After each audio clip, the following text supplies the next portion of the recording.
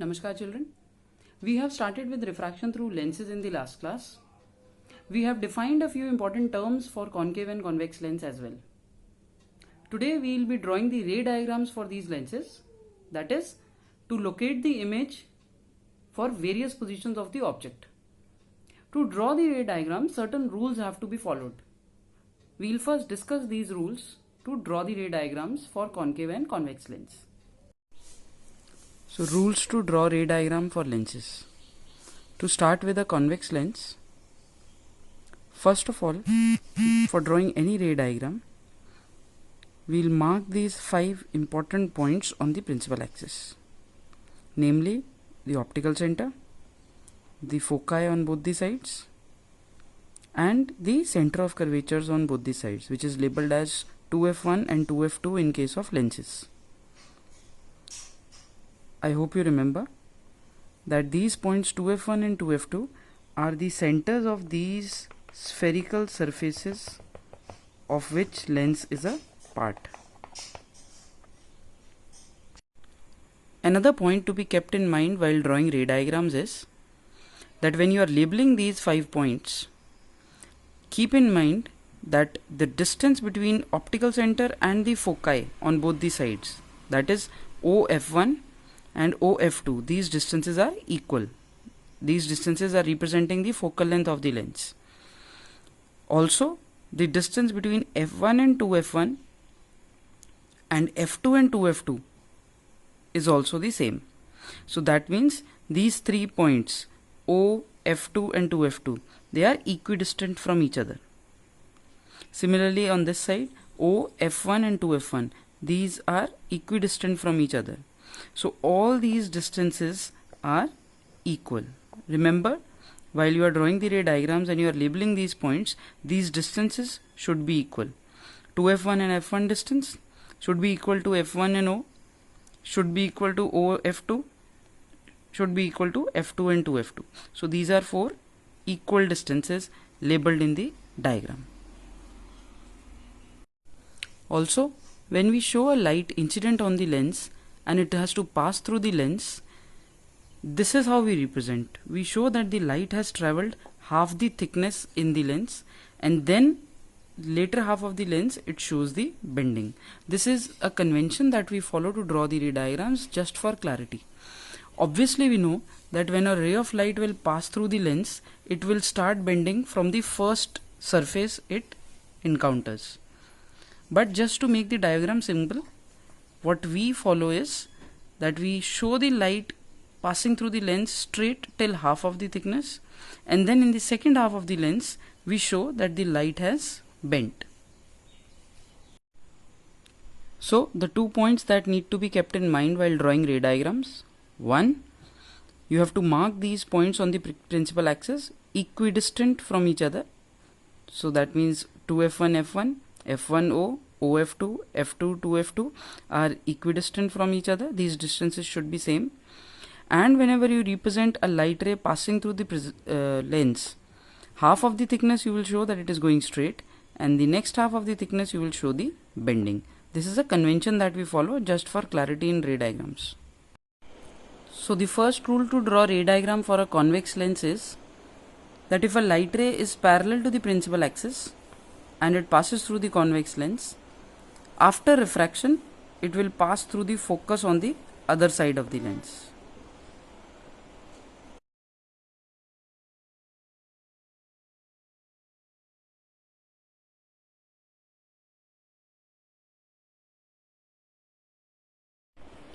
The second rule is simply the converse of the first one.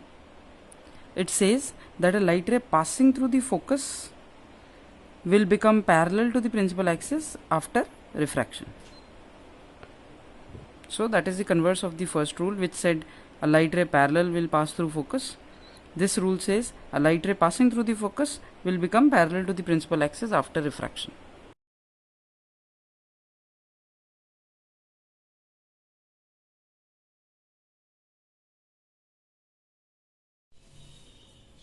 And the third rule, that a light ray passing through the optical center will go undeviated.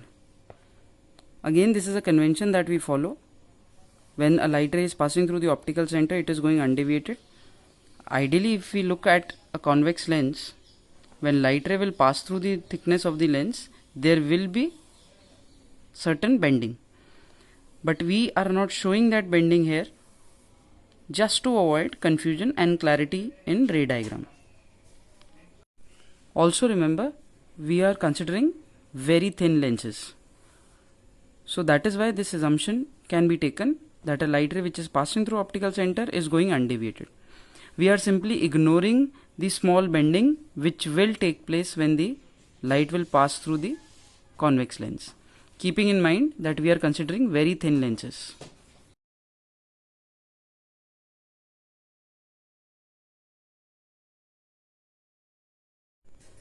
So these are the three rules that we just discussed for drawing ray diagrams of a convex lens.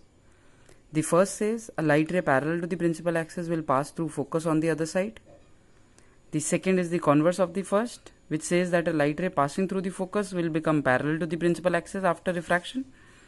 And the third, which says a light ray passing through optical center will go undeviated. So using these three rules, we are going to locate the image for an object placed in front of a convex lens. Similarly, we have three rules to be stated for a concave lens as well. So now, starting with the rules for a concave lens, I have drawn a concave lens here. I have marked the 5 points on the principal axis, namely the optical center, the foci on both the sides, and the center of curvature of these curved surfaces on both the sides as 2f1 and 2f2.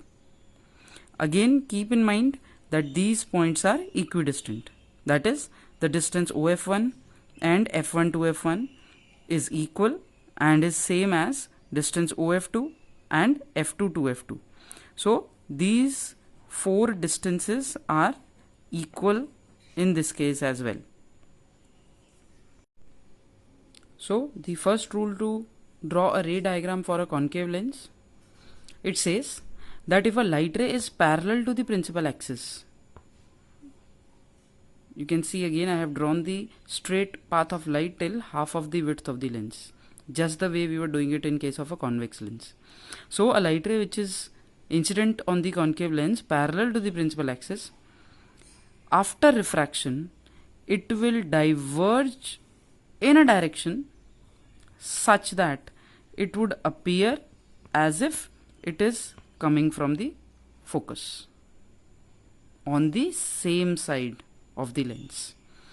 I again repeat, a light ray which is incident on a concave lens parallel to the principal axis, it will diverge such that it appears to come from the focus on the same side.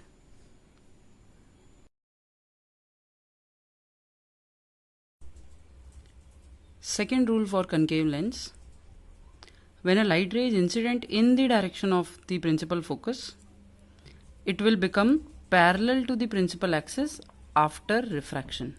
So this is the converse of the first rule, which said that a incident light ray which is parallel will diverge in a direction such that it appears to come from focus.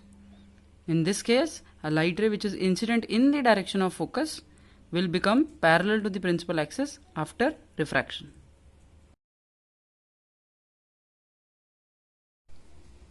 Third and the last rule for a concave lens, a light ray passing through the optical center goes undeviated, similar to that in case of a convex lens. Since we are considering very thin lenses, we will assume that the light ray which is going through the optical center is going undeviated.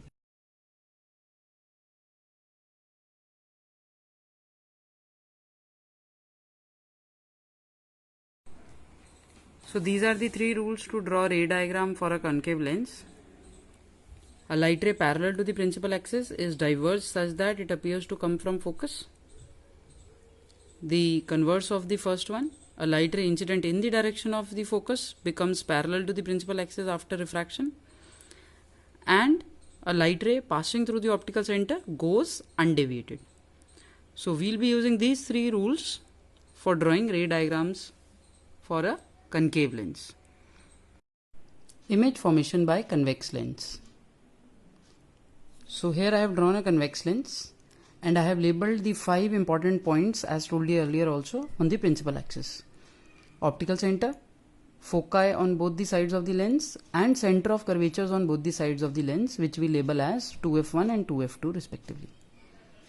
The first case that we consider is that the object is placed at infinity. We assume that rays are coming from infinity on the convex lens. So we represent rays coming from infinity with the help of parallel rays. So these are, suppose, the two parallel rays which are incident on the convex lens from the object which is at infinity. Now when these two rays are incident on the lens, we have done this situation as the first rule to draw the ray diagrams, that when a parallel ray is incident on a convex lens, it passes through the focus on the other side. So this is what is going to happen for both these two rays. This parallel ray will pass through focus after refraction, and this parallel ray below the principal axis will also pass through focus after refraction. Now we can clearly see both these refracted rays meet at a point on the principal axis which we have labeled as focus. So when these light rays are actually intersecting at a point, this means this is the point where the image is being formed. The point where the refracted rays meet gives you the location of the image. So since actually light rays are intersecting, it is going to be a real image. And we know real images are always inverted.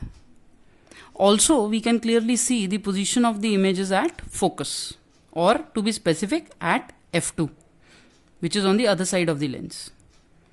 And third observation that we make is that the size of the image is going to be diminished, or point size. If these are the two rays which are indicating the object, you can see the image size is very small as compared to the size of the object as indicated by these two rays. So it's a point size image or highly diminished image. So these three characteristics we'll be listing after we have drawn the ray diagram. Number 1, position of the image, that is at 2f2, or you can simply say at focus. Nature of the image, as just discussed, it is going to be real and inverted. Real images are always inverted. And nature, size of the images, point size or highly diminished. Okay. So the first light ray, which is parallel to the principal axis, according to rule 1, after refraction, it will pass through the focus on the other side. So a light ray emerging from point A parallel to the principal axis passes through focus on the other side. This is by rule 1. And the second ray that we assume is a light ray which passes through the optical center goes undeviated. So this is the point where both the light rays are intersecting, the refracted light rays, and it is a point somewhere in between f2 and 2f2. Since the light rays were emerging from point A and they are intersecting here, this is the image of point A. So I call it A dash. And point B, which is being replicated here, is the image of point B, that is B dash. So since the light rays have actually intersected, it's a real image. As already discussed, real images are always inverted. So we get a real and inverted image. The position of the image can be clearly seen. It is between f2 and 2f2. And the image obtained, the size, if you compare, the image is smaller than the object. So we have concluded the three properties of the image. The position of the image will be between f2 and 2f2. The nature of the image is real and inverted. And the size of the image, as we can clearly see, is smaller than the object, or you can also write diminished.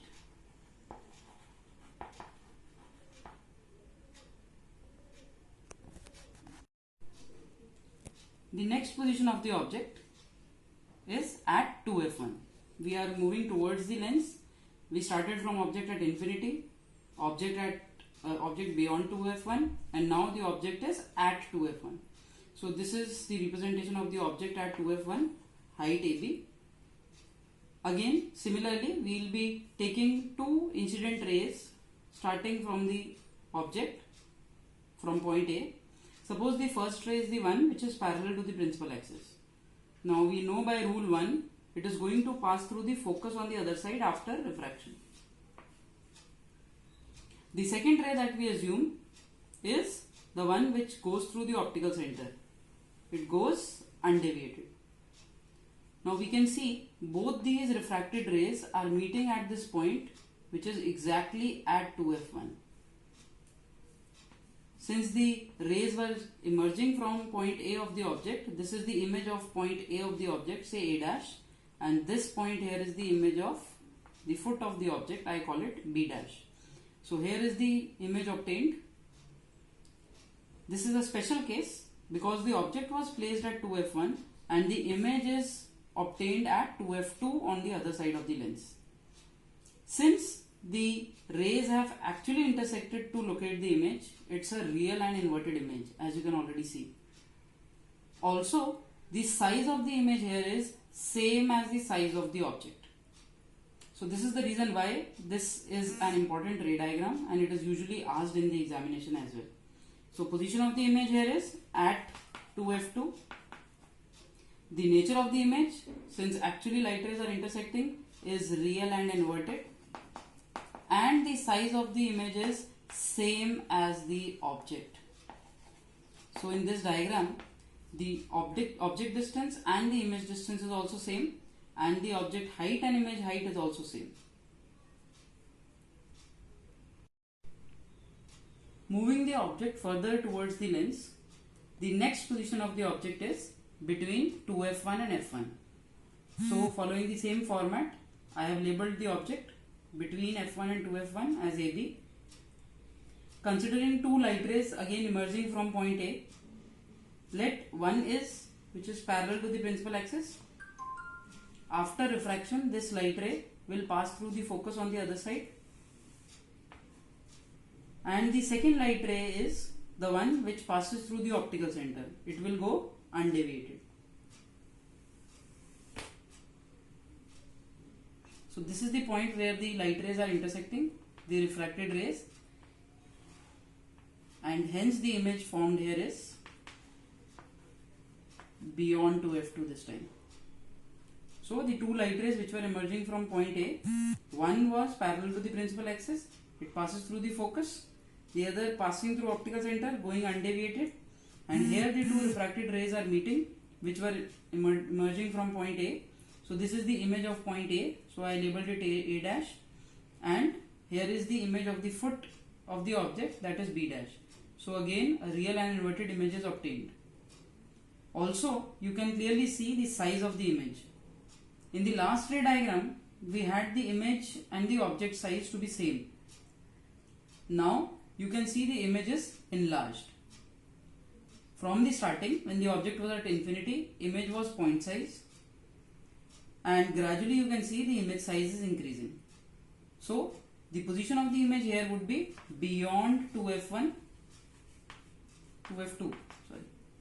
Nature of the image is real and inverted, and the size of the image is enlarged, or you can say magnified.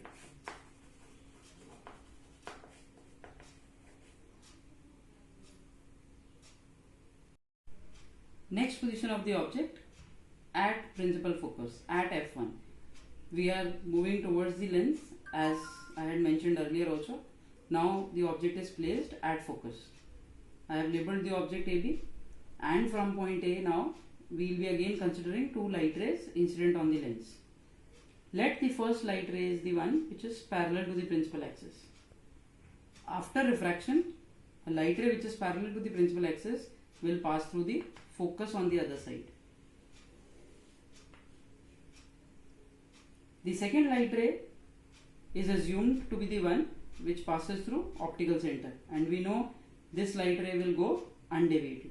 So from point A, a light ray which is passing through the optical center will go undeviated. We can see that these light rays don't appear to be meeting at any point. In fact, they appear to be parallel. So in this case, since we are unable to find the location of the image, we say the position of the image is at infinity, because we don't see the light rays intersecting at a point somewhere in our measurable distance.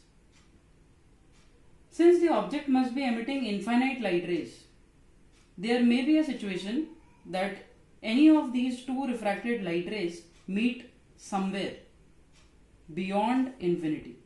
So we say the nature of the image is real and inverted. We are unable to obtain the image here, but there are infinite light rays which are being emitted by the object. There must be a point where they are intersecting somewhere at infinity. So we say the nature of the image is real and inverted. And the size of the image, as we can already see, they don't appear to be meeting somewhere within the plane of the paper or within the plane of the blackboard.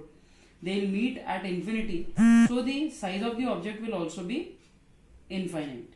So we say the image is highly magnified or highly enlarged.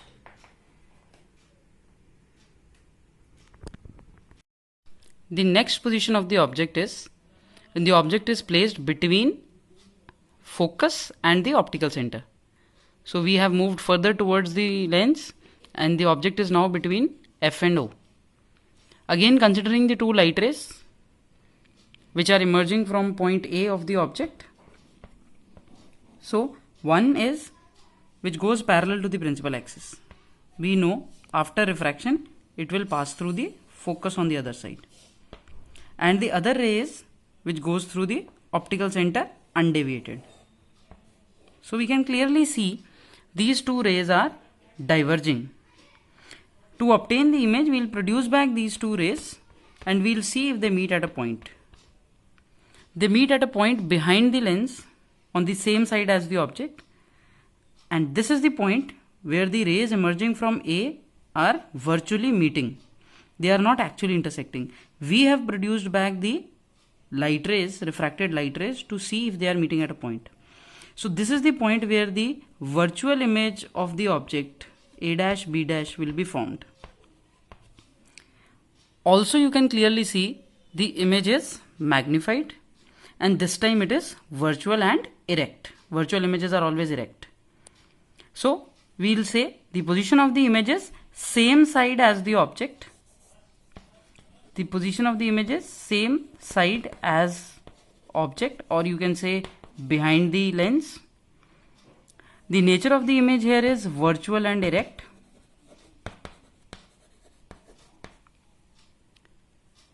And the size of the image is magnified.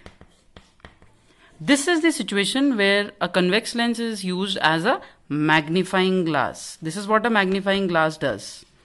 It enlarges the images or magnifies the images.